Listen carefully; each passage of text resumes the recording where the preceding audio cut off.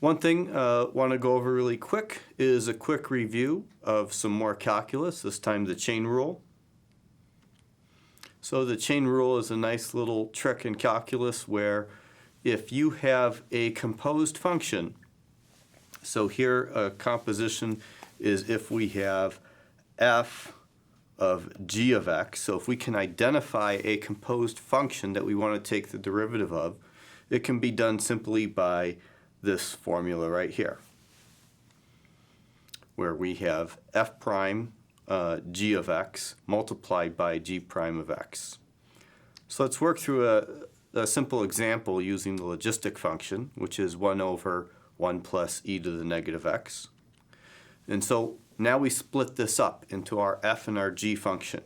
Our f function here is 1 over x, and g function is 1 plus e to the negative x. And this is because we can simply replace x in the f of x side with what g of x is. So then we just take the derivative of both, and so this is some pretty simple calculus right here. And now we can combine them together.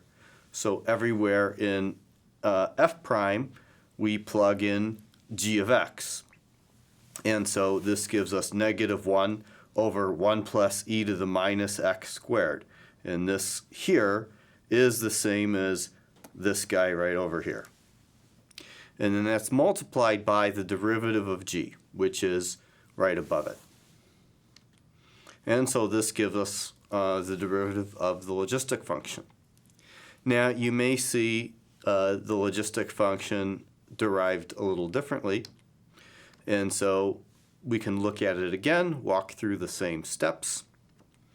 But what we do here now is we can see that, hey, let's take this 1 over 1 plus e to the negative x squared, and there's nothing saying that we can't distribute that through both factors in that product. It's the same thing, because just of how you multiply fractions, you know that's equivalent to the line right below it.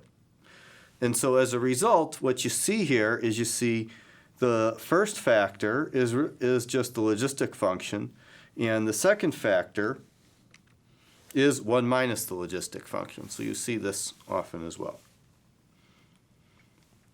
One more thing about the chain rule is think of this in terms of partial derivatives. You know, why is the chain rule so important in looking at some of these machine learning problems?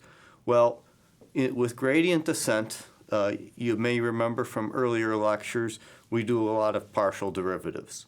So we can look at this same rule restated as follows. And so the key takeaway here is if you need to find partial derivative dy dx, and you have some du dx from a previous iteration of the algorithm, and you have what's called a local gradient dy dx, which is this guy right here, then you have everything you need to find that new partial derivative. And this is kind of the key intuition as to why the chain rule is important, and we'll talk more about this in a later lecture. Thank you for tuning in. Stay tuned for more content.